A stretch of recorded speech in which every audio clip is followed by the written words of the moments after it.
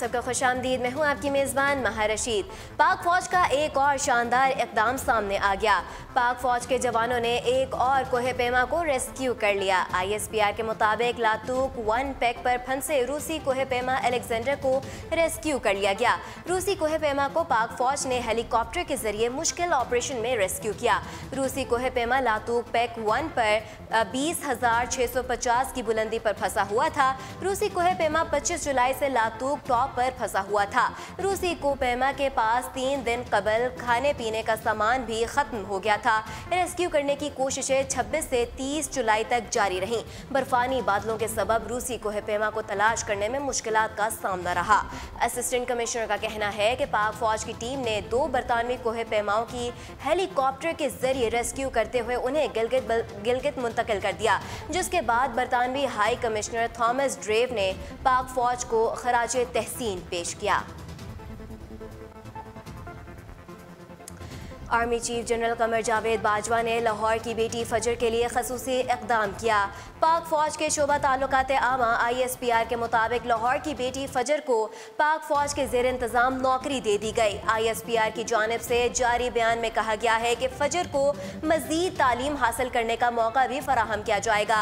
Army chief ने कहा है कि फजर जैसी बच्चियाँ हमारे लिए मशअले राह और हिम्मत का निशान है। याद रहे कि लाहौर की रिहायशी लड़की फजर ने अपनी माजूरी के बावजूद आम इंतखाबात 2018 में अपना वोट कास्ट किया था। आम इंतखाबात 2018 के लिए मुल्क भर में 25 जुलाई बरोज बुध को पोलिंग हुई। बुध के रोज ही सोशल मीडिया पर माजूर वोटर फजर की एक वीडियो वायरल भी हुई, जिसमें फजर का कहना था कि मैंने पाकिस्तान की बेहतरी के लिए वोट दिया। वोट देने के बाद माजूर बच्ची फजर बुरी तरह रो पड़ी और कहा कि इस मुल्क में इंसाफ नहीं मिलता, लेकिन मुझे इमरान खान से बड़ी उम्मीद है, इसीलिए मैंने इनको वोट दिया और अपनी माजूरी के बावजूद वोट कास्ट करने आई। फजर के साथ मौजूद खातून का कहना था कि मैंने फजर को मुकम्मल तालीम दिलवाई, लेकिन इसे कहीं भी नौकरी नहीं मिल रही। उम्मीद है कि नए पाकिस्तान में इसे नौकरी मिल जाए। और इसी के साथ साथ जो आर्मी चीफ है उन्होंने फजर को नौकरी दिलवा दी है। अगली अपडेट की जाने बढ़ते हैं कि कौमी असम्बली के 2 और सूबाई असम्बली के मजीद 6 आज़ाद अरकान ने पाकिस्तान तहरीक इंसाफ में शमूलियत का ऐलान कर दिया। पंजाब असम्बली के मजीद आज़ाद अरकान ने चेयरमैन पाकिस्तान तहरीक इंसाफ से बनी गाला में मुलाकात में शमूलियत का ऐलान किया। इनमें 9 मुंतखब रुकन कौमी असम्बली और सूबाई असम्बली सनाउल्लाह मस्ती खलील, सईद अकबर नवानी और अमीर मोहम्मद खान, जिनका ताल्लुक भक्कर से है, पाकिस्तान तहरीक इंसाफ में शमूलियत का ऐलान किया। बहावल नगर से कौमी असम्बली के 9 मुंतखब रुकन गफ्फार वट्टू और MPA ने भी पाकिस्तान तहरीक इंसाफ में शमूलियत का ऐलान किया। मुजफ्फरगढ़ से पंजाब असम्बली के 9 मुंतखब अरकान बासत बुखारी, अब्दुल हई दस्ती और खुरम खान अलगारी ने भी पाकिस्तान तहरीक इंसाफ में शमूलियत का ऐलान किया। बयान के मुताबिक पार्टी में शामिल होने वाले आज़ाद अरकान ने पार्टी क़यादत और मंशूर पर मुकम्मल एतमाद का इजहार किया और कहा कि तब्दीली लाने में अपना किरदार अदा करेंगे।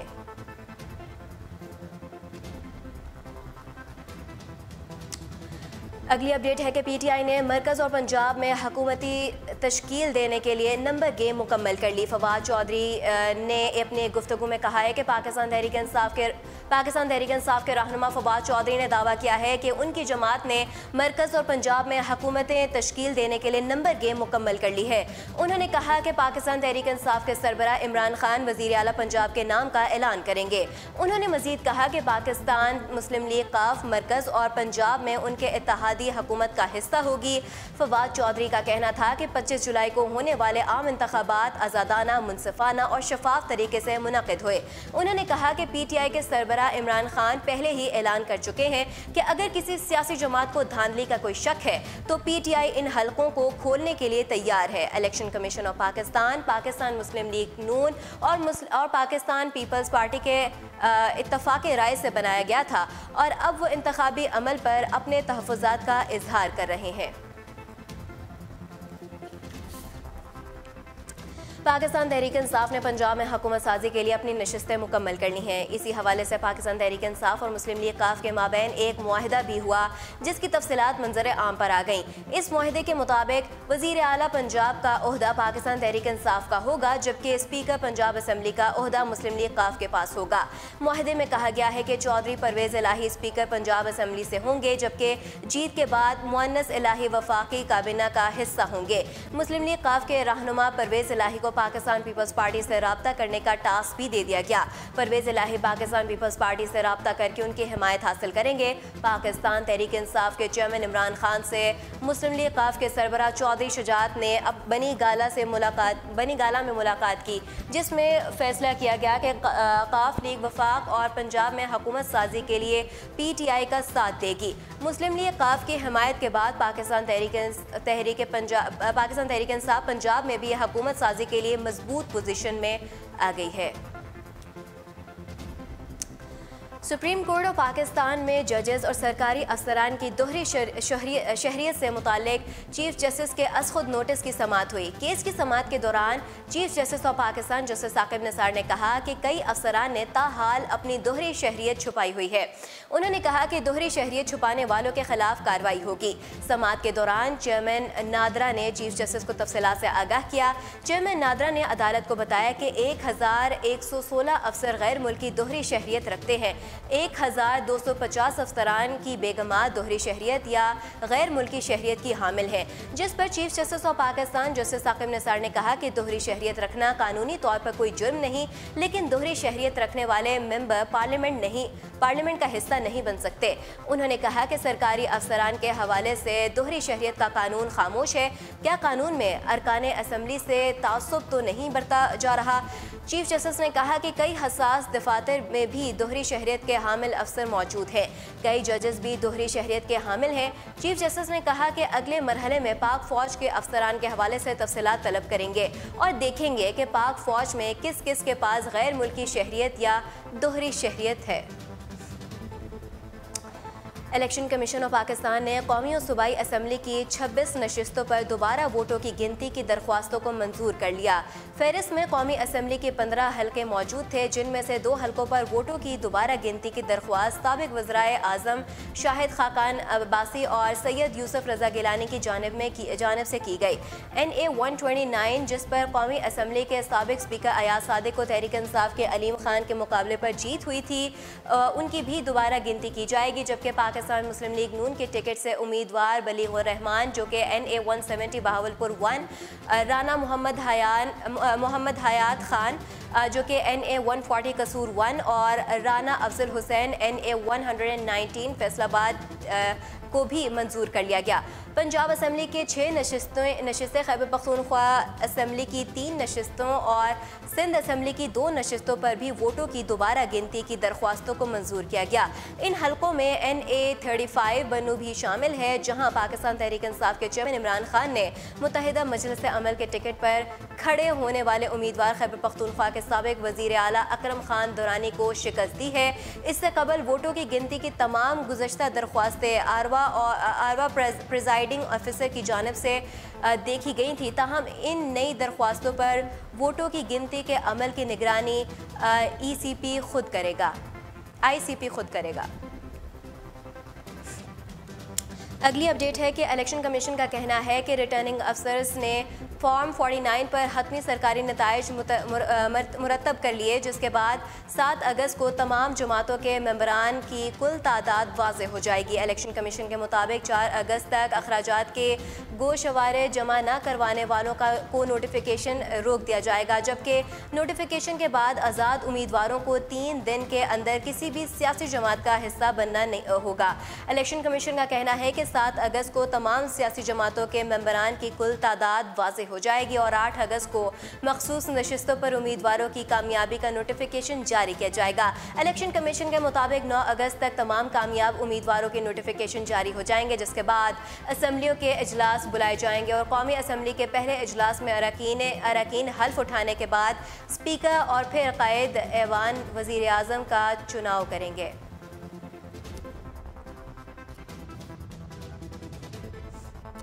अगली अपडेट है कि नवाज शरीफ को इलाज पिम्स हस्पताल में जारी है। ताहम नवाज शरीफ ने जेल में फिर से तकाजा कर दिया है कि मुझे हस्पताल से जेल मुंतकिल किया जाए। नवाज शरीफ का कहना है कि बुनियादी इलाज हो चुका है, इसलिए मुझे अब हस्पताल से अडियाला जेल मुंतकिल किया जाए। नवाज शरीफ ने डॉक्टरों के मेडिकल बोर्ड से दोबारा जेल भिजवाने का तकाजा किया, जबकि साबिक वज़ीर आज़म के ज़ाती मुआलिज डॉक्टर अदनान ने मेडिकल बोर्ड से नवाज शरीफ को जेल ना भेजने की सिफारिश की है। उनका कहना है कि नवाज शरीफ को अभी ज़ेरे निगरानी रखने की ज़रूरत है।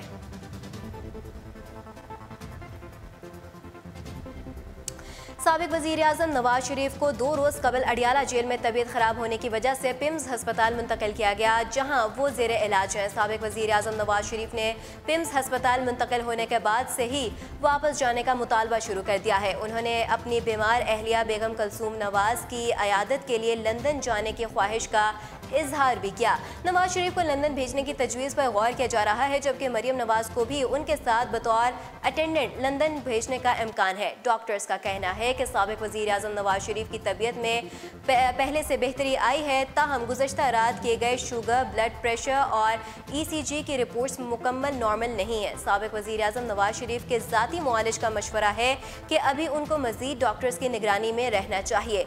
डॉक्टर्स का कहना है कि साबिक वज़ीर आज़म नवाज शरीफ को वापस अडियाला जेल भेजे जाने से मुताल्लिक़ खबरों में कोई सदाकत नहीं है।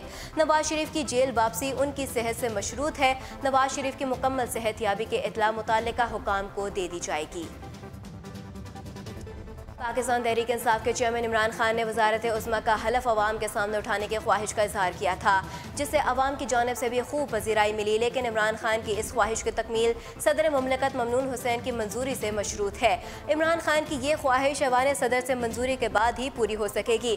पाकिस्तान तहरीक इंसाफ हल्फ बर्दारी तकरीब डी चौक या किसी अवामी मुकाम पर मुनाकिद करने के लिए ऐवान सदर को दरख्वास्त अरसाल करेंगी। ऐवान सदर की मंजूरी के बाद काबीना डिवीजन वज़ारत दाखिला को सिक्योरिटी इंतज़ामात के लिए हिदायत करेगी, लेकिन सिक्योरिटी इदारों की जानिब से सिक्योरिटी क्लियरेंस भी अवामी मुकाम पर हल्फ बर्दारी की तकरीब के इनेकाद में रुकावट का बाइस बन सकती है। पाकिस्तान तहरीक इंसाफ के हामी और आम इंतखाबात 2018 में कप्तान की पार्टी को वोट देने वालों ने भी कप्तान की इस ख्वाहिश को खूब सराहा और कहा कि ऐसी ख्वाहिश का इजहार कोई अवामी नुमाइंदा ही कर सकता है जिसे अपनी आवाम से हकीकी तौर पर लगाव हो। और अब खबरें शामिल करते हैं। डॉलर कितना सस्ता हुआ, कितना महंगा हुआ, इस हवाले से डॉलर के सस्ता होने का सिलसिला जारी है। इलेक्शन 2018 के बाद डॉलर सस्ता हुआ, जबकि रुपए की ताकत बढ़ती जा रही है।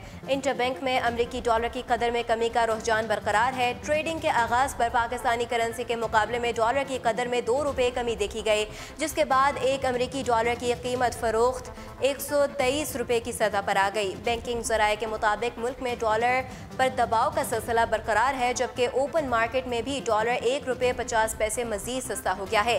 ओपन मार्केट में डॉलर 122 रुपये का हो गया। पाकिस्तानी करेंसी के मुकाबले में डॉलर की कदर में 5 रुपये 30 पैसे की कमी के बाद ओपन मार्केट में $1 122 रुपये का हो गया। इंटरबैंक मार्केट में डॉलर की कदर में 4 साल बाद कमी देखने में आ रही है और रुपये की कदर बढ़ने से कर्जों के बोझ में 450 अरब रुपये कमी का इम्कान है। और अब खबरें शामिल करते हैं स्पोर्ट्स की दुनिया से। आपको बताते हैं कि West Indian batsman Chris Gayle ने पाकिस्तानी जारह मज़दाज बैट्समैन शाहिद अफरीदी की जानिब से इंटरनेशनल क्रिकेट में सबसे ज़्यादा छक्कों का रिकॉर्ड बराबर कर दिया। बांग्लादेश के खिलाफ तीसरे और आखिरी वनडे मैच के दौरान क्रिस गेल ने 66 गेंदों पर 73 रन की इनिंग्स खेली और 6 मरतबा गेंद को बाउंड्री लाइन के बाहर फेंका। उनकी धुआंधार इनिंग्स के बावजूद वेस्ट इंडीज़ को बांग्लादेश के हाथों सीरीज में 1-2 से शिकस्त का सामना करना पड़ा। क्रिस गेल और शाहिद अफरीदी अब मुश्तरका तौर पर 476 छक्कों के साथ इंटरनेशनल क्रिकेट में सरफहरिस्त हैं। क्रिस गेल ने ये संगे मील 443 मैचेस में उबूर किया, जबकि शाहिद अफरीदी ने 524 मैचेस के दौरान ये रिकॉर्ड बनाया था। वेस्ट इंडियन ओपनर 1 अगस्त को बांग्लादेश के खिलाफ पहले T20 मैच में अफरीदी का रिकॉर्ड तोड़ सकते हैं। और अब खबरें शामिल करते हैं शोबिस की दुनिया से। आपको बताते हैं कि शाहरुख खान से मवाजना करने पर अक्षय कुमार का सहाफ़ियों को करारा जवाब। बॉलीवुड के एक्शन हीरो अक्षय कुमार ने शाहरुख खान से मवाजना किए जाने पर सहाफ़ियों को करारा जवाब दे दिया। अदाकार अक्षय कुमार इन दिनों फिल्म गोल्ड की शूटिंग में मसरूफ़ हैं, जिसमें वो हॉकी कोच तिपन दास का किरदार निभा रहे हैं, जो एक बिखरी हुई हॉकी टीम को इकट्ठा करके उसे ओलंपिक तक पहुंचाने का अज़म करता है और अपने मकसद में कामयाब हो जाता है। फिल्म की कहानी और अक्षय कुमार का किरदार काफ़ी हद तक शाहरुख खान की कामयाब फिल्म चक दे इंडिया से मिलता है। चक दे इंडिया में भी शाहरुख खान ने एक हॉकी कोच का किरदार निभाया था, जो अपनी टीम को वर्ल्ड कप जितवाता है। एक इंटरव्यू के दौरान जब अक्षय कुमार से फिल्म गोल्ड और चक दे इंडिया के दरमियान कहानी की मुमासलत के हवाले से पूछा गया तो उन्होंने जवाब देते हुए कहा कि मैं सिर्फ अच्छी फिल्म करने पर यकीन रखता हूँ। गोल्ड और चक दे इंडिया की कहानी मुख्तलिफ है। अक्षय ने कहा कि मेरी फिल्म और चक दे इंडिया का मवाजना करना बेकार है, लिहाजा दोनों के दरमियान मुकाबला ना करें। ये थी हमारे आज के दिन की अहम तरीन अपडेट्स। मज़ीद खबरों और अपडेट्स के लिए आप विजिट कर सकते हैं हमारी वेबसाइट urdu.com। फ़िलहाल मुझे दीजिए इजाज़त, अल्लाह निगहबान।